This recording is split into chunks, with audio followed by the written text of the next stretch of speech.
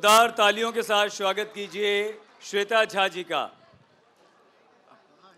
तालियां।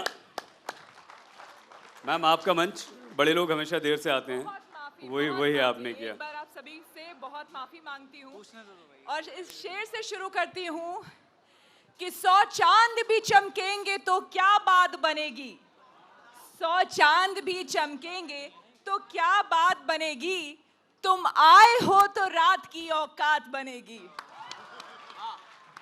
भाई एक बार फिर से मैं तहे दिल से आप लोगों को शुक्रिया कहना चाहूँगी यहाँ पर इंतज़ार करने के लिए, और माफ़ी चाहूँगी आप लोगों से कि मेरी वजह से इंतज़ार करना पड़ा। मेरे तमाम मेहमान यहाँ पर आ चुके हैं, मुझे पहले यहाँ पर आना चाहिए था। I am really very sorry.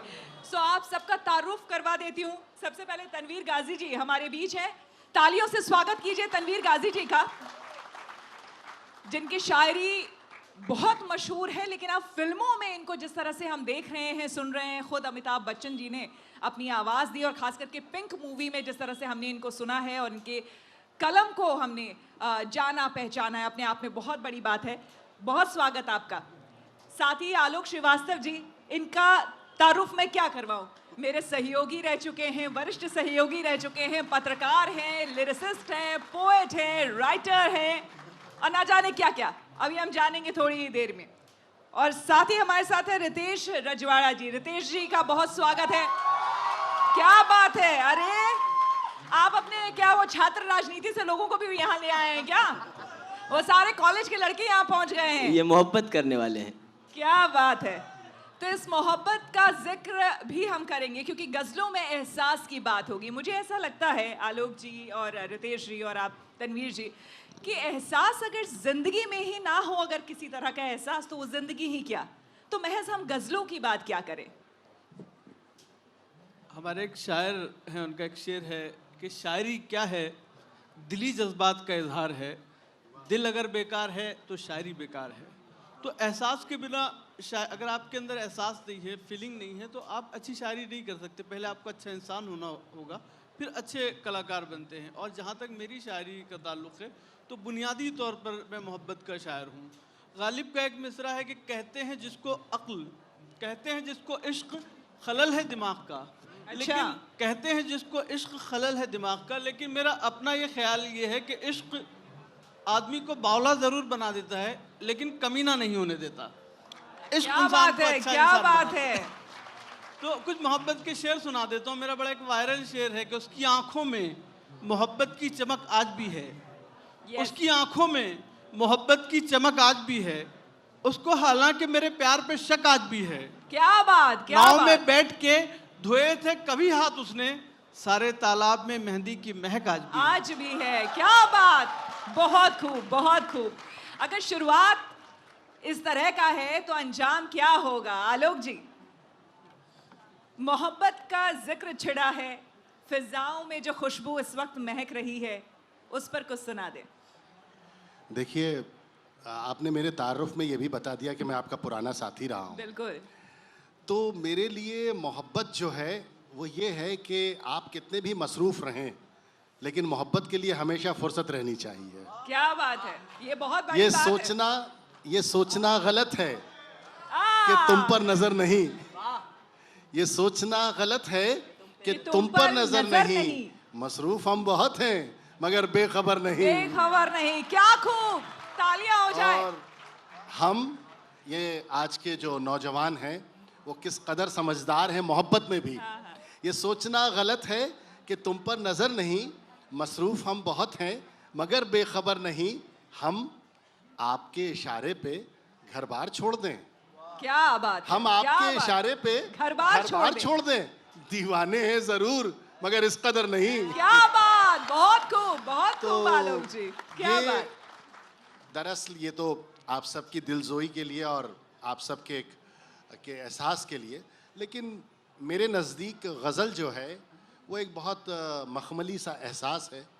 और आप अपनी ज़ाती ज़िंदगी में अपने आसपास जो भी कुछ महसूस करते हैं, वो जो भी कुछ आपका अपना होता है, जो आप देखते हैं अपने समाज में, उसे जब आप अपनी शायरी में, अपनी कविता में लाते हैं तो दरअसल वो एहसास होता है जो खुशबू बनकर आपकी रचना में बिखरता है।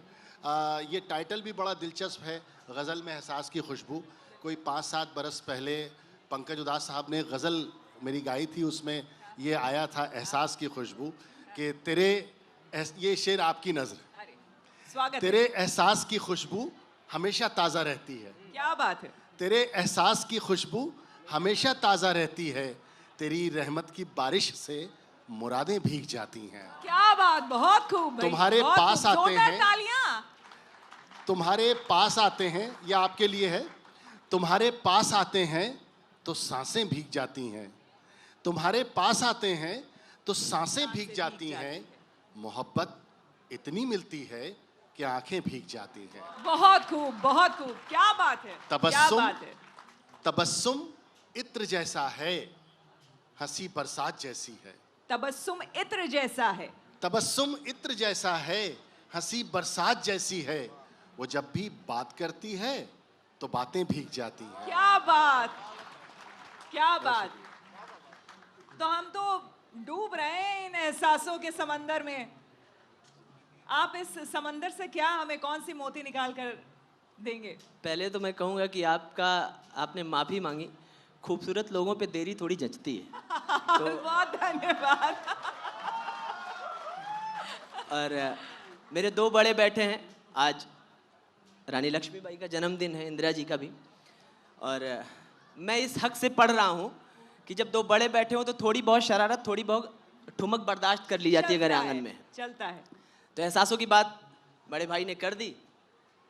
अगर वो चाहती, मुश्किल नहीं था। ये एहसास जो होता है ना, जब आप किसी के साथ यात्रा में होते हो, किसी के साथ प्रेम में होते हो, और जब उधर से चीज़ें एक वक्त के बाद कही जाती हैं कि नहीं हो पा रहा यार, नहीं हो पाएगा, ये चीज़ें हैं, कास्ट है और तमाम सारी चीज़ें, तो लगता है कि अगर वो चाहती, मुश्किल नहीं था। हमें लगता है उनका दिल नहीं था। अगर वो चाहती, मुश्किल नहीं था। हमें लगता है उनका दिल नहीं था। मोहब्बत में वो लड़का हमसे जीता जो कल तक रेस में शामिल नहीं था। ऐसा ही होता है गुरु। हाँ, मतलब ये हिमांशु जी ने लिखा है ना कि मोहल्ले का प्यार अक्सर डॉक्टर इंजीनियर उठा ले जाते हैं, तो हमारे साथ भी यही हुआ है। और जब ये बातें चली और तो हम, मुझे लगता है टूटे दिल से निकल रहा है कुछ। टूटे दिल से ही निकलता है। वो क्रांति हो, शांति हो, प्रेम हो, सब इश्क हो, बगावत हो, सब टूटे दिल से ही निकलता है। जब दिल टूटता है, प्रेम होता है, तो वहाँ से चीज़ें निकलती हैं। मैं एक घटना आपको बताता हूँ। भगत सिंह सबसे हैंडसम थे अपनी टीम में। एक दिन राजगुरु ने एक पोस्टर लाके लगा दिया पार्टी ऑफिस में एक लड़की की। चंद्रशेखर जी आए, नाराज़ हो गए। उन्होंने कहा ये क्या तरीका है यार, ऐसे लाओगे क्रांति, ऐसे कर पाओगे आंदोलन, ऐसे कर पाओगे संघर्ष। तो राजगुरु को थोड़ा खराब लगा। उन्होंने कहा यार सब हम ही को डांटते हो, भगत को कोई नहीं बोलता, स्कूल में कॉलेज में उनको लड़कियां घेरे रहती हैं। अच्छा, वो 5 फीट 9 इंच का बाकाल नौजवान, शानदार बोलने वाला, शानदार सुनने वाला, शायरी करने वाला। जब भगत सिंह आए तो तलब हुए। उनसे आज़ाद साहब ने कहा कि यार ये क्या तरीका है, मतलब ऐसे तो नहीं आ पाएगी क्रांति। तो उन्होंने एक बात कही। उन्होंने कहा कि इश्क में ख़राब बात क्या है, मोहब्बत में ख़राब बात क्या है। नौजवानों ये याद रखना। उन्होंने मिजनी का उदाहरण दिया, इटली का क्रांतिकारी। जब वो लड़ता रहा, मिजनी लड़ता रहा, हार गया, थक गया, नहीं आ पाई क्रांति, नहीं हो पाया आज़ाद उसका देश। तो एक दिन वो टहल रहा था, भटक रहा था, कहीं फरारी काट रहा था। उसी वक्त में उसकी पार्टनर उसे मिली, उसकी गर्लफ्रेंड उसको मिली। उसने कहा यार अबे तुम्ही पे तो नाज था कि तुम करवा लोगे, मैं सबसे कहती थी कि मेरा वाला करवाएगा, तुम भी थक के बैठ गए, अब मैं किस पे नाज करूंगी। तो मेजनी उठा और उसने देश आज़ाद करा दिया।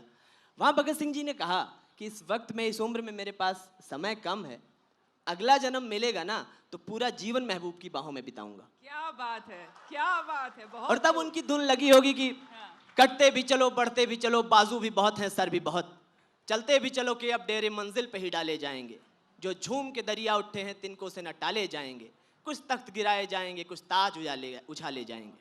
क्या बात, बहुत खूब।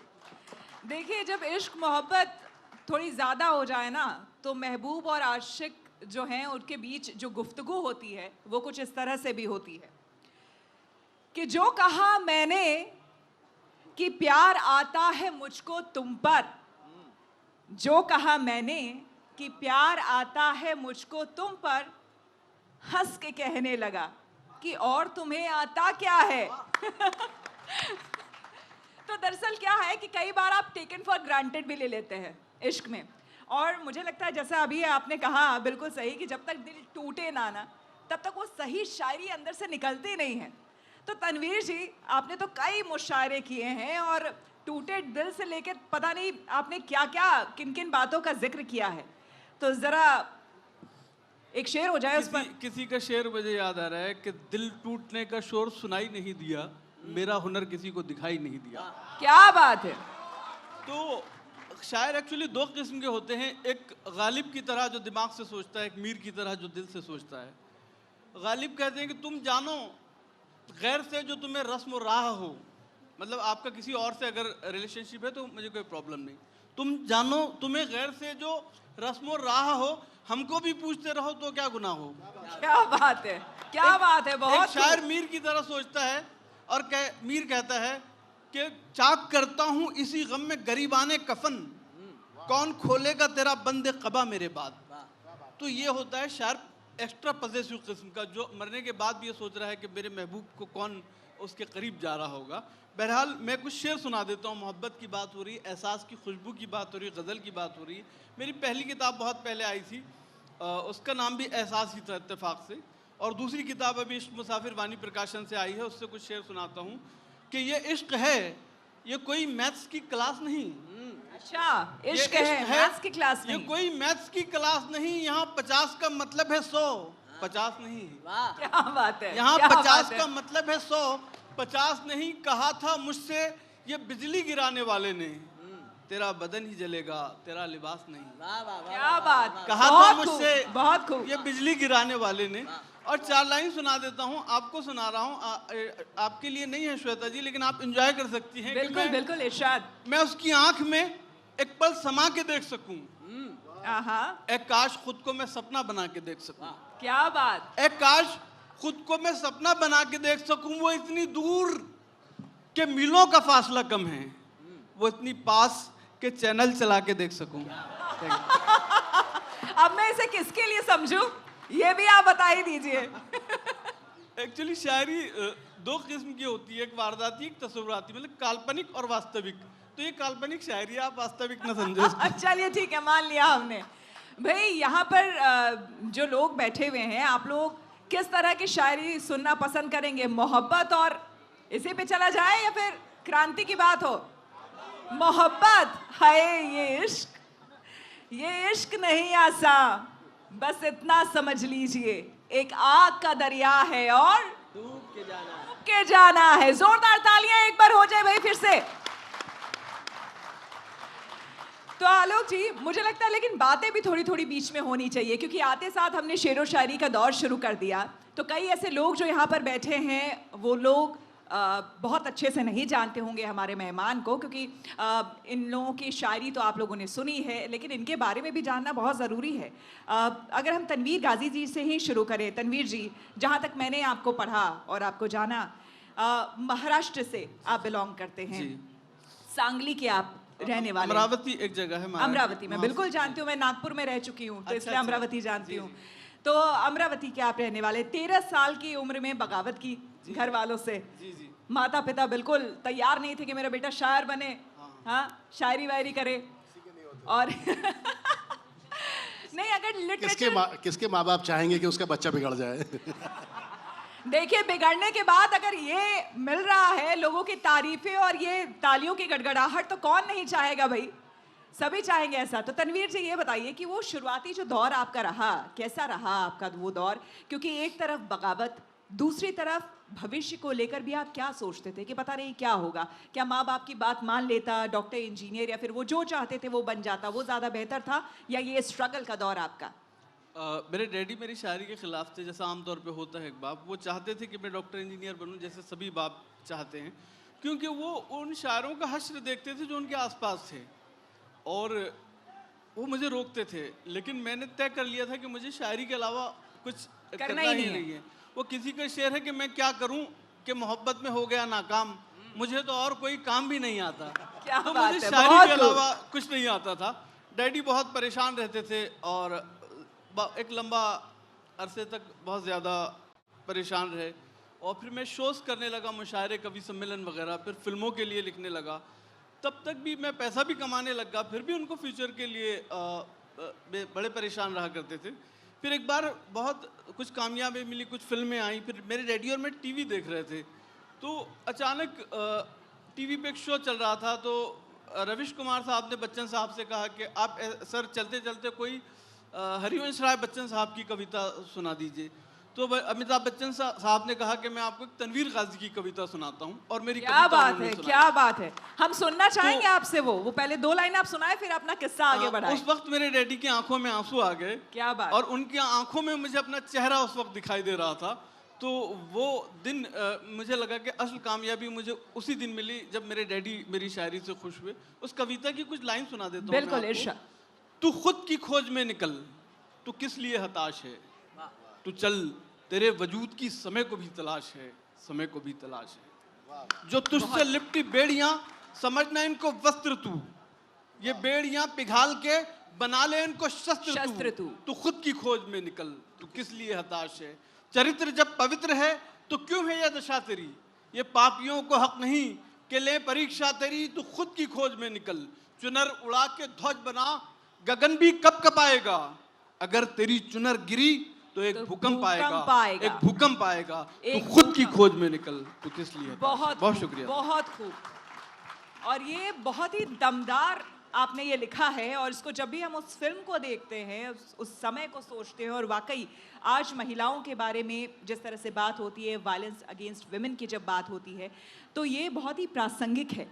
और जिस तरह से आपने लिखा है, वाकई एक क्रांति लाने वाली बात है कि आप तो चुनर ओढ़ा, जो वो लाइन है आपकी, क्या है, एक बार फिर से जरा बोलिएगा। चुनर उड़ा के ध्वज बना, गगन भी कब कपाएगा। चुनर अगर तेरी उड़ा चुनर के, गिरी जी। तो एक भूकंप आएगा, एक भूकंप आएगा। क्या बात है, क्या बात है।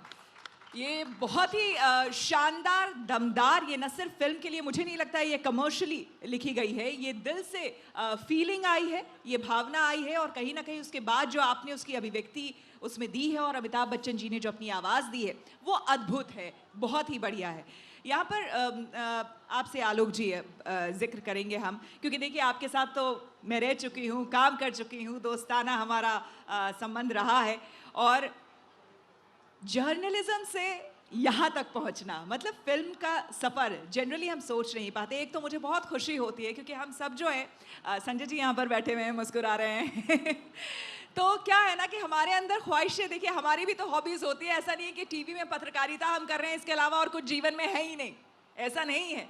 लेकिन बहुत कम लोग हो पाते हैं जो अपने काम के साथ साथ जो उनकी हॉबीज़ है उसको परस्यू कर पाते हैं, उसको पूरा कर पाते हैं। उसमें से आलोक जी एक ऐसे हैं जिन पर हमें काफ़ी नाज है, गर्व है, हम प्राउड महसूस करते हैं। भाई तालियां हो जाए भाई आलोक श्रीवास्तव जी के लिए, क्योंकि हमारे बीच से ही रहते रहते वो कब इतनी दूरी तक पहुंच गए, इस मुकाम तक पहुंच गए, इतने अवार्ड्स इनको मिल चुके हैं कि हम वाकई गर्व करते हैं आलोक जी आप पर। आपसे ये पूछना चाहेंगे कि एक तो भाई हमारा काम पत्रकारिता, जिसमें ऐसे इस समय इसमें भी बहुत कम रहता है, उसके बावजूद लेखनी का जो शौक आपको रहा, उसको आपने कैसे परसू किया, और यहाँ तक का जो आपका सफ़र रहा है, ज़रा बताएं। मुझे श्वेता हमेशा से एक बात लगती है कि एक दो ऐसे पैशन हैं, दो ऐसे पेशे हैं जिनका सरोकार एक है। आप बहुत अच्छे पत्रकार नहीं हो सकते और आप बहुत अच्छे लेखक नहीं हो सकते अगर आपके अंदर सामाजिक सरोकार का समझ नहीं है। बिल्कुल बिल्कुल। तो कभी भी मैंने हमेशा से कहता रहा हूँ कि कभी भी मैंने पत्रकारिता को और लेखन को दो अलग विधा माना ही नहीं है। बस खुशकिस्मती ये है कि मेरा जो पैशन था वही मेरा पेशा बन गया।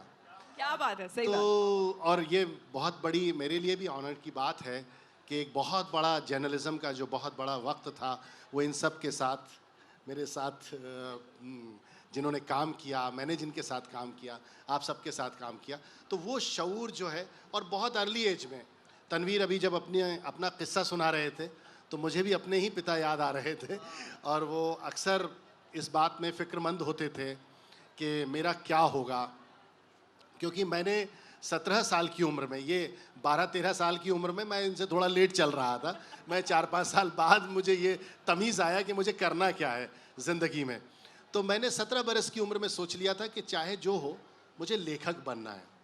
तो जब ये सोचा तो बाकायदा वो दौर मानव अधिकार आयोग का दौर नहीं था, पिटाइयाँ भी पड़ती थी, तो एक दिन लाल पीले नीले जो भी हो सकते थे हुए, और आप में से ही बहुत सारे दोस्त होंगे जो कविता सेशन के बाद जब घर पहुंचते होंगे तो जो उनको प्रसाद मिलता होगा वो प्रसाद मुझे भी मिला था। तो पिटाई पड़ी है मतलब। तो मैं अपनी माँ के पास गया और माँ से मैंने ये कहा कि देखिए, ये जो भी इन्होंने मुझे सांवले से लाल पीला नीला किया है वो ये जाने, लेकिन मैं राइटर ही बनूंगा और एक दिन मेरी गज़लें, मेरे गीत जगजीत सिंह और अमिताभ बच्चन गाएंगे। क्या बात है, ये आपने तभी कह दिया था। जी, तो और इस बस बीच जब इन्होंने जिक्र छेड़ा है तो मैं बता दूं, जगजीत सिंह मुझे भी बहुत पसंद रहे हैं। मुझे लगता है कि अगर मैंने गज़लों को जाना है तो जगजीत सिंह के जरिए ही जाना है। घर घर तक कहते हैं कि भारत में कम से कम गज़लों को जगजीत सिंह ने घर घर तक पहुंचाया और मशहूर किया है। तो सबसे कम उम्र के ये लेखक हैं जिनको जगजीत सिंह ने गाया है, उनको आवाज़ दी है। तो भाई जोरदार तालियां एक बार फिर से। तो मैं एक गज़ल जो मेरी बहुत पसंदीदा गज़लों में है और जगजीत जी के कंठ से आप सुन चुके हैं, मैं सुना देता हूँ एक दो शेर। इरशाद, बिल्कुल। इससे पहले तनवीर भाई अपनी किताब का जिक्र कर रहे थे तो मुझे भी याद आया कि मेरी भी किताबें हैं भाई। और आपकी कई किताबें हैं और एक किताब आने वाली है जिसका हम जिक्र करेंगे थोड़ी देर तो में। जो किताब आने वाली है, मैं चाहता हूं कि अब तक आपने मुझे जितनी तालियां और जितनी दाद और जितनी दुआएं दी हैं वो इस बात पे दीजिए कि अगली किताब जो है वो पेंगुइन पब्लिकेशन से आ रही है। आसान उसका नाम है और पब्लिशर भी यहाँ बैठी हुई हैं, वैशाली माथुर। मैं चाहता हूँ एक बार आप मुझे जितना पसंद करते हैं उन्हें बता दीजिए कि उनकी किताबें जो उन्होंने ये राइटर चुना है ये गलत नहीं चुना है। आप निश्चिंत हो जाइए, बहुत लोग पढ़ने वाले हैं, निश्चिंत हो जाइए। मंजिलें क्या हैं, रास्ता क्या है? मंजिलें क्या हैं, रास्ता क्या है? हौसला हो तो फासला क्या है? क्या बात है, क्या बात है। मंजिलें क्या बहुत हैं, खूब। रास्ता क्या है, हौसला हो तो फासला क्या है? और ये शेर आप सब की नजरें, आप जो सब यहाँ अपना अपना वक्त लेकर बैठे हुए हैं, कि तुम हमारे करीब बैठे हो, तुम हमारे करीब बैठे हो, अब दवा कैसी, अब दुआ क्या है? क्या बात, क्या तुम बात। हमारे बहुत खूब। करीब बैठे हो, अब दवा कैसी, अब दुआ क्या है? जब भी चाहेगा छीन लेगा वो, जब भी चाहेगा छीन लेगा वो, सब उसी का है, आपका क्या है? क्या बात, बहुत खूब। जब बहुत भी खूब। चाहेगा छीन लेगा वो, सब उसी का है। उसी का है, आपका क्या है? और किस लिए चांद आज किस लिए नम है, चांदनी आज किस लिए नम है, चांद की आंख में चुभा क्या है? मंजिलें क्या है, रास्ता क्या है, हौसला हो तो फासला क्या है? नई किताब की बात चली है तो मैं नई किताब से गज़ल, चूँकि यहाँ बहुत सारे नौजवान बैठे हुए हैं, जी जी इरशाद। मैं पढ़ता हूँ कि एक नींद के जवाब में, इधर से कुछ नॉइस आ रही है तो मैं आगे आ जाता हूँ, बिल्कुल, बिल्कुल, और आप लोग एक बार जोरदार इस्तकबाल कर दीजिए। भाई जोरदार तालियां एक बार फिर से आलोक जी के लिए। एक नींद के जवाब में रखे हुए हैं हम, पंकज भाई, एक नींद के जवाब में रखे हुए हैं हम, यानी किसी के ख्वाब में रखे हुए हैं हम, हाय हाय, क्या बात यानी है। किसी के ख्वाब में रखे हुए हैं हम, और सीने पे रख के सोती है जिसको वो रात भर, सीने पे रख के सोती है जिसको वो रात भर, अपनी उसी किताब में रखे हुए हैं हम, क्या बात, बहुत अपनी उसी किताब बहुत में खूब। रखे हुए हैं हम, और आंखों से उसकी क्यों ना उजाला हो हर तरफ, आंखों से उसकी क्यों ना उजाला हो हर तरफ, पलकों के पीछे ख्वाब में रखे हुए हैं हम, रखे हुए हैं हम, क्या पलकों बात। के पीछे ख्वाब में रखे हुए हैं हम। मैं बहुत धीरे धीरे पढ़ता हूँ, आप दाद भी धीरे धीरे दीजिए, लेकिन दिल से सुनिएगा तो मैं दिल तक पहुँच जाऊँगा आपके। सीने पे रख के सोती है जिसको वो रात भर, अपनी उसी किताब में रखे हुए हैं हम, खामोश है वो इसलिए दिल के सवाल पर, खामोश है वो इसलिए दिल के सवाल पर, मालूम है जवाब में रखे हुए हैं हम। क्या बात, बहुत खूब। मालूम है जवाब में रखे हुए हैं हम। खामोश है वो इसलिए दिल के सवाल पर, खामोश है वो इसलिए दिल के सवाल पर, मालूम है जवाब में रखे हुए हैं हम। और पूजन वो माहताब का करती है इस तरह। मेरी वाइफ यहाँ बैठी हुई हैं तो एक आध शेर उनके लिए भी पढ़ना पड़ेगा, वरना मैं घर नहीं जा पाऊंगा। पूजन वो माहताब का करती है इस तरह, जैसे कि माहताब में रखे हुए हैं हम। हाय हाय क्या बात है। पूजन वो माहताब का करती है इस तरह, जैसे कि माहताब में रखे हुए हैं हम। और ये शेर आखिर के इस जिंदगी के तल्ख सवालों से बेखबर, इस जिंदगी के तल्ख सवालों से बेखबर, मासूम से जवाब में रखे हुए हैं हम। बहुत मासूम से जवाब में रखे हुए हैं हम।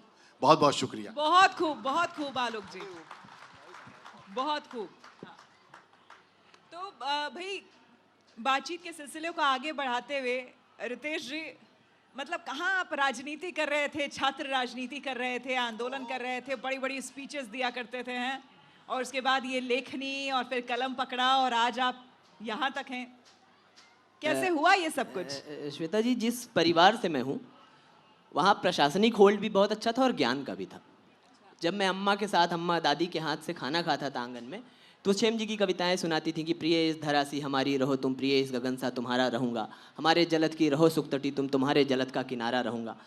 बड़े वाले दादा साहब के पास बैठते थे, वो इंग्लिश और उर्दू के विद्वान थे, तो उनके पास बातें चलती थी कि ए दो जहाँ के आली, ए गुलशनों के माली, हर चीज़ में है जाहिर हिकमत तेरी निराली। बाबूजी के पास बैठते थे तो वहाँ ये प्रशासनिक गतिविधियाँ होती थी। रजवाड़े रामपुर एक छोटी सी रियासत थी, अवध में अंग्रेज़ों की पहली गोली हमारी छातियों ने खाई थी। अच्छा। हाँ, आज़ादी की लड़ाई में हमने अपनी रियासत कुर्बान की थी, सबसे पहले 1857 22 नवंबर को। तो रजवाड़ा भी तो आपका बाद में ऐड हुआ। हाँ, वो एक पत्रकार थे, छात्र आंदोलन में नारे शायद ज़्यादा अच्छा लगाता था, तो उन्हें लगा कि यार ये रजवाड़ों वाले तेवर है, तो उन्होंने अखबार में छापना शुरू किया, वहाँ से यात्रा शुरू हुई। आपने कहा कि यहाँ तक सफ़र कैसे पहुँचा, तो 2015 में मनोज मुंतशिर साहब आइफा जीत कर आए थे हमारे शहर में, और कोई एंकर नहीं था उसको ये करने के लिए, होस्ट करने के लिए। तो लोगों ने हमसे कहा, हमने कहा यार हम कहाँ, मतलब हम स्पीच देने वाले आदमी, हम क्या ही करेंगे वहाँ जाके। खैर कोई नहीं मिला, मैं जाके बात की मैंने वहाँ पे, तो उन्होंने मुझे बुलाया, उन्होंने कहा यार जो तुम बोलते हो लिखता कौन है? मैंने कहा लिखता कोई नहीं है, लिख के कौन बोलता है, जो जहन में आया बोल दिया। तो उन्होंने कहा कि यार ना तुम्हें फिल्में लिखनी चाहिए तुम्हें। उसके पहले मैं लिखता था, कैसा लिखता था ये मुझे पता है। उनके आने के बाद चीज़ें बहुत बदली, बहुत सुधरी, बहुत अच्छा हुआ। मैंने इसके पहले भी ये किस्सा बताया कि जब मैं लिखता था ना, तो मैं जब स्पीचेस में जाता था तो मैं ना दूसरों के शेर पढ़ता था, राजेश राही साहब के पढ़ता था, आदम गोंडवी साहब के पढ़ता था। अभी जब मैं खुद अपने शेर के बारे में सोचता तो मुझे लगता कि मैं अपने क्यों नहीं पढ़ पा रहा हूँ। देन मुझे पता चला कि कोटेबिलिटी ही नहीं है, मैं उस लायक लिखता ही नहीं हूँ जिस लायक लिखा हुआ बोला जाना चाहिए। दिन वो यात्रा शुरू हुई, और मुझे वो पहली 4 पंक्तियाँ याद भी हैं जो मैंने एक आंदोलन में पढ़ी थी कि जाकर कह दो बस जुबान और बेकाबू कप्तानों से, चौकी चौकी जाकर कह दो थानों से, हम डरते नहीं हथकड़ियों से, लाठी से, इनकी गोली से, हम हैं आगे बढ़ने वाले इंकलाब की बोली से। क्या बात है, क्या बात है।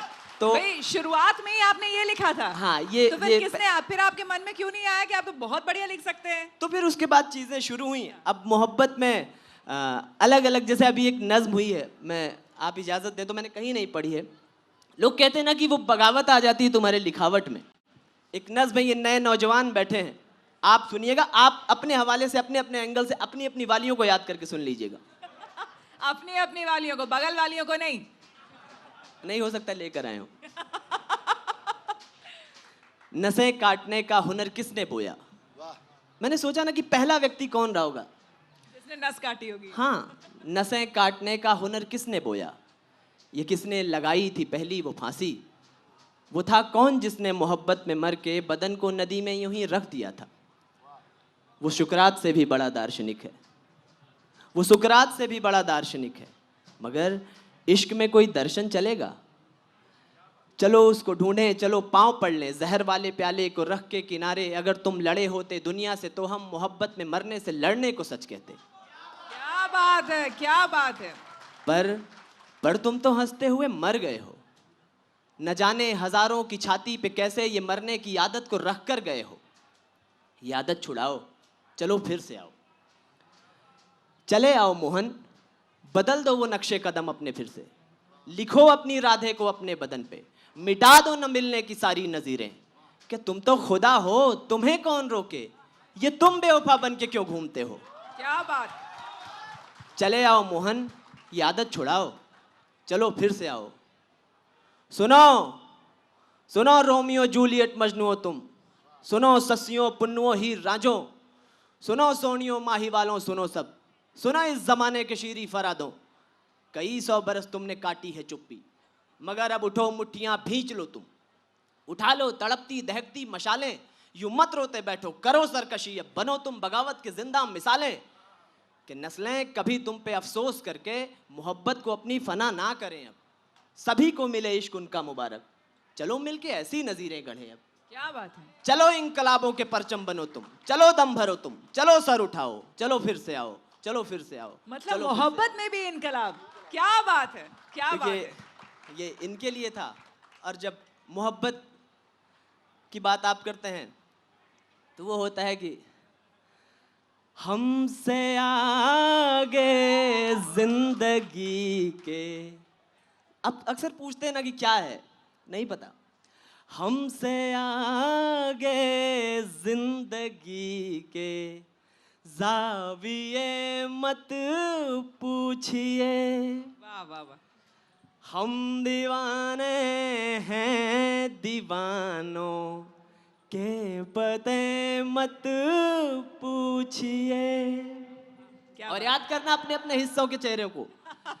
हम दीवाने हैं दीवानों के पते मत पूछिए, उनके चेहरे पर लिखा होगा हमारा नाम भी, उनके चेहरे पर लिखा होगा हमारा नाम भी, उनके चेहरे पर लिखा होगा हमारा नाम भी, उनसे क्या रिश्ता हमारा छोड़िए मत पूछिए। क्या बात, बहुत खूब, जोरदार तालियां हो जाए भाई, दिल से गाया है इन्होंने। भाई क्रांतिकारी तो लग रहे हैं आप, लेकिन मुझे लगता है दिल भी कहीं ना कहीं और कभी ना कभी तो टूटा जरूर है। बहुत, और संवेदनशील व्यक्ति का ना हर बार टूटता है, सिर्फ मोहब्बत में नहीं टूटता, आपके दोस्ती क्या मतलब कई बार टूट चुके हैं? नहीं, मेरे जिससे टूटना था और जो टूटने वाला आप जाने वो एक ही बार टूटा है। और मैंने उनके सामने ही बैठ कर एक 4 पंक्तियां लिखी थी जो बहुत वायरल हुई, आपके स्टेज से बड़े लोगों ने कोट भी करा है। मैं उनके घर बैठा था, उनके सामने बैठा था, और मैंने जब उन्होंने कही ये बातें कि तू मोहब्बत नहीं समझती है, फिर लगा मन को तू मोहब्बत नहीं समझती है, हम भी अपनी अना में जलते हैं, तू मोहब्बत नहीं समझती है, हम भी अपनी अना में जलते हैं, इस दफा बंदिशें ज्यादा हैं, छोड़ अगले जन्म में अगले मिलते हैं। जन्म में मिलते हैं। क्या बात, बहुत खूब, बहुत खूब। देखिए मुकम्मल होने का मतलब होता है पूरा होना, और शायरों ने अपने अपने अपनी अपनी शायरी में इसको बखूबी पेश भी किया है, लिखा है, और इसी की बात करते हैं। और जब भी मोहब्बत का जिक्र होता है या हम बात करते हैं तो हमेशा हमें ऐसा लगता है कि वो मोहब्बत पूरी ही हो जाए, लेकिन कहीं ना कहीं वो कसक, वो अधूरापन अक्सर हम देखते हैं कि मोहब्बत में रह ही जाती है। दुनिया में तो- ना हाँ। इकलौती शय, सॉरी मैं आपको इंटरप्ट कर बिल्कुल। रहा हूँ, दुनिया में इकलौती शय मोहब्बत है जहाँ हार जाने से बड़ी जीत कोई नहीं है। बिल्कुल। एक किसी का शेर है कि एक लम्हा गुजार कराए या कि सदियों को पार कराए, एक लम्हा गुजार कराए या कि सदियों को पार कराए, जीत के सब थे दावेदार मगर एक हम थे जो हार कराए। ओहो दिल से निकली है ये आवाज। ये तो देखिए, इसी असली में पर- क्या होता है, इंसान का अपना अनुभव भी बोलता रहता है ना। बिल्कुल। तो जब आप बहुत सारी मोहब्बतों से गुजरते हैं तो फिर रितेश रजवाड़ा बनते हैं। देखिए आलोक एक आध जी, मोहब्बत वाले इधर बैठे हैं। आलोक जी देखिए आपकी धर्म पत्नी यहाँ बैठी अभी है, हमारी इसका ये उम्मीद मतलब है। नहीं है कि हम बातें आपसे ना निकलवा पाए। हम उस दौर की भी बात फिर कर लेंगे, जिक्र भी उस दौर का भी कर लेंगे। मैं तो अब उस उम्र में पहुंच चुका हूं कि जहां शिव तांडव लिख रहा हूं। देखिए देखिए श्वेता जी, मोहब्बत वो जंगल है जहाँ बहादुर शेरों का शिकार खूबसूरत हिरनियाँ करती हैं। क्या बात है, बात तो सही है। तो हमें हमारी बहादुरी में कभी संदेह वंदेह रहा नहीं। अच्छा तो देखिए, हम मुकम्मल होने की बात कर रहे थे, तो उसी पर फ़हीम गोरखपुरी साहब ने बहुत खूब एक शायरी लिखी है। वो लिखते हैं, रह गई है कुछ कमी तो क्या शिकायत है फ़ही, रह गई है कुछ कमी तो क्या शिकायत है फ़ही, इस जहां में सब अधूरे हैं, मुकम्मल कौन है। भाई तालियां हो जाए भाई, मैं शायरा नहीं हूँ लेकिन कम से कम नहीं, लेकिन एक बात बताऊं आपको कि अगर आप मुकम्मल पे बात करेंगी तो इस पर सबसे खूबसूरत निदा फाजली कह गए हैं। बिल्कुल बिल्कुल, कभी किसी को मुकम्मल जहां नहीं मिलता, कभी किसी को मुकम्मल जहां नहीं मिलता, मिलता, कहीं जमीन कहीं तो कहीं आसमान आसमान नहीं मिलता। तेरे जहान में ऐसा नहीं कि प्यार ना हो, तेरे जहान में ऐसा नहीं कि प्यार ना हो, जहां उम्मीद हो इसकी वहां नहीं मिलता। वहां नहीं मिलता, क्या बात है। जिसे भी देखिए वो अपने आप में गुम है, जिसे भी देखिए वो अपने आप में गुम है, जुबान मिली है मगर हम जुबान नहीं मिलता। क्या बात है, क्या बात, बहुत खूब, बहुत खूब। तनवीर जी, आप भी भाई अपने पुराने पन्नों को उल्टाइए और कुछ हमें उससे बताइए कि क्या हुआ था, कब हुआ था, क्यों दिल टूटा आपका भाई, और किसने तोड़ दिया। जैसे जैसे वक्त गुजरता है तो शायरी की आत्मा भी बदलती रहती है। बहुत पहले मुग़ल आज़म के लिए शकील बदायूनी साहब ने लिखा था कि इंसान किसी से दुनिया में एक बार मोहब्बत करता है, एक दर्द को लेकर जीता है, एक दर्द को लेकर मरता है। फिर निदा फाजली कई साल बाद कहा कि जो हो हर बार, जो हो एक बार वो हर बार हो ऐसा नहीं होता, हमेशा एक ही से प्यार हो ऐसा नहीं होता, कहीं तो कोई होगा जिसको अपनी भी ज़रूरत हो, हर एक बाजी में दिल की हार हो ऐसा नहीं होता। आइए अब अपने कुछ शेर सुनाता हूँ मैं आपको। इरशाद, कि इरशाद। उसने हसीन आंखों पे चश्मा चढ़ा लिया, छोटी सी कायनात पे पर्दा चढ़ा लिया।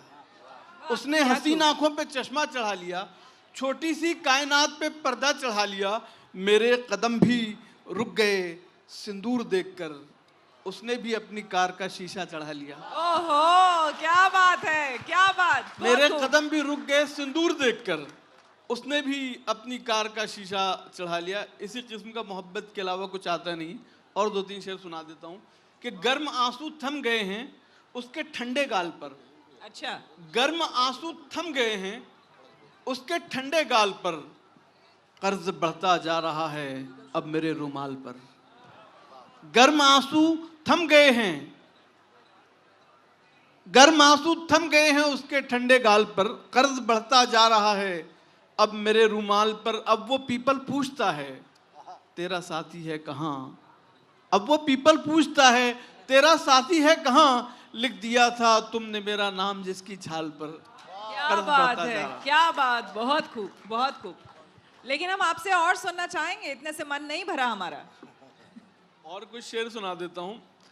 ऑस्ट्रेलिया में सिडनी में मुझे एक जज की हैसियत से बुलाया गया था। एक वहाँ पे इवेंट होता है मिस कर्ल्स एंड कर्ल्स, तो उसमें मैं चीफ जज था। तो मैं इवेंट से पहले मुझे एक न्यूज़ रिपोर्टर ने पूछा कि आप तो शायर हैं, आप क्या जज करोगे। तो मैंने एक गज़ल के कुछ शेर सुनाए कि जो राज तुझ में छुपे हैं वो खोल सकता हूँ, जो राज तुझ में छुपे हैं वो खोल सकता हूँ, तेरे बदन को निगाहों से तोल सकता हूँ, ओहो, तेरे बदन को निगाहों से तोल सकता हूँ। यकीन हो चला उसको मेरी मोहब्बत पर, यकीन हो चला उसको मेरी मोहब्बत पर, मैं एक झूठ अभी और बोल सकता हूँ। क्या बात है। यकीन हो चला उसको मेरी मोहब्बत पर, मैं एक झूठ अभी और बोल सकता हूँ। जो 3 लफ्ज़ कहे तुझसे फ़ोन पर मैंने, मैं सिर्फ उतनी ही अंग्रेज़ी बोल सकता हूँ। जो 3 लफ्ज़ कहे तुझसे फ़ोन पर मैंने, मैं सिर्फ उतनी ही अंग्रेज़ी बोल सकता हूँ। और 2-3 शेर सुन लें कि टेबल के जैसी कब्र पे, टेबल के जैसी कब्र पे खाली गिलास है, टेबल के जैसी कब्र पे खाली गिलास है, इसमें जरूर दफन कोई देवदास है। टेबल के जैसी कब्र पे खाली गिलास है, इसमें जरूर दफन कोई देवदास है। एक तेरी सादगी है जो बारिश की पहली बूंद, एक मेरी आशिकी है जो पत्थर की प्यास है।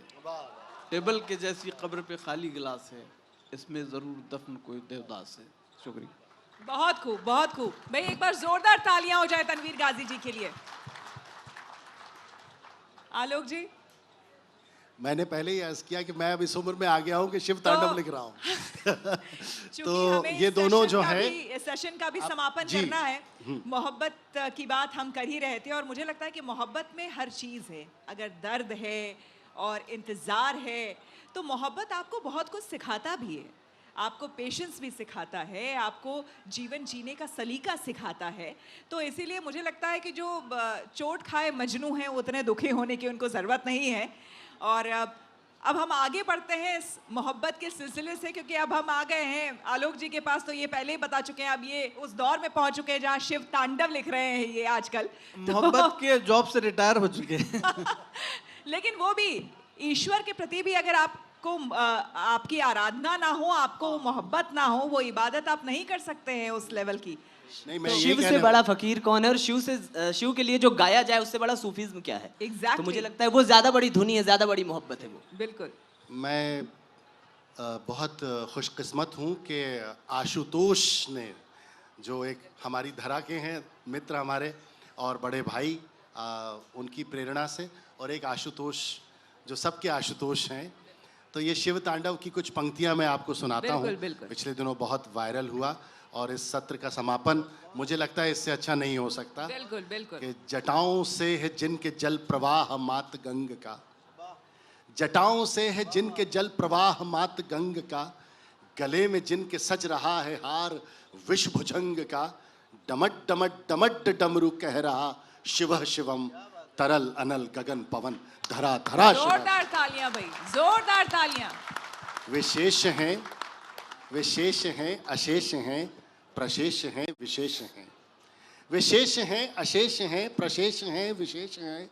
जो उनको जैसा धार ले वे उसके जैसा भेष हैं। वे नेत्र सूर्य देवता का चंद्रमा का भाल हैं। विलय भी वे, प्रलय भी वे, अकाल महाकाल हैं।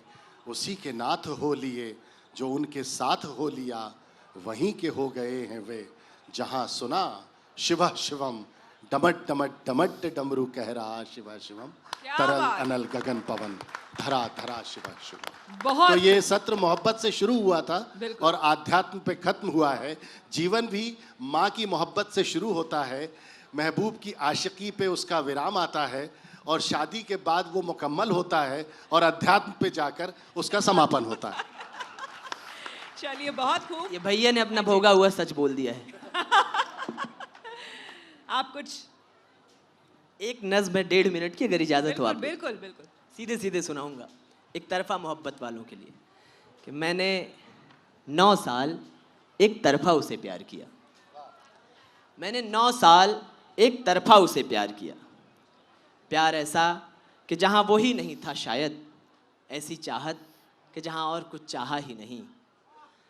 प्यार ऐसा कि जहां लाख दुआएं मांगी, हाँ दुआओं में, मगर उसको तो मांगा ही नहीं। प्यार ऐसा कि जहां उसकी आंख का बोसा अपने ख्वाबों में भी लेने से मैं डर जाता हूँ। रोज कहता हूँ मेरे दिल से चलो बात करें, और फिर रोज मैं खुद से ही मुकर जाता हूँ। एक खुनकी सी मेरे मन में हमेशा रहती, अनकही अनसुनी खुशबू पे एतबार किया। मैंने 9 साल एक तरफा उसे प्यार किया। क्या बात। प्यार ऐसा कि जहाँ एक अजीब जंगल है, जिसमें खुशबू है गुलों की, 1000 झरने हैं, पेड़ से पेड़ परिंदों का आना जाना है, तितलियां रंग भरा करती हैं दीवारों में, रोज आता है चांद मस्तियां करने के लिए, मछलियां चढ़ती उतरती हैं आबशारों में।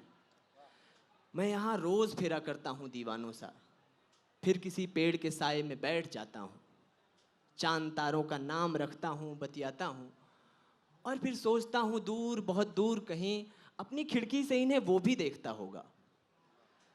मेरे तारों का नाम उसने क्या रखा होगा? चांद को किसके चेहरे से मिलाया होगा? लोग कहते हैं कि एहसास पता चलते हैं, इश्क और मुश्क छुपाए से नहीं छुपते हैं।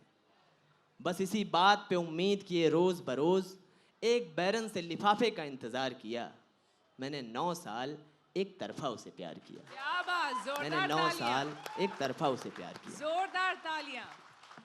तो चलिए, उम्मीद का आई थिंक दूसरा नाम मोहब्बत है। ये भी हम कह सकते हैं, और इस सेशन का समापन हमें यहाँ करना पड़ेगा।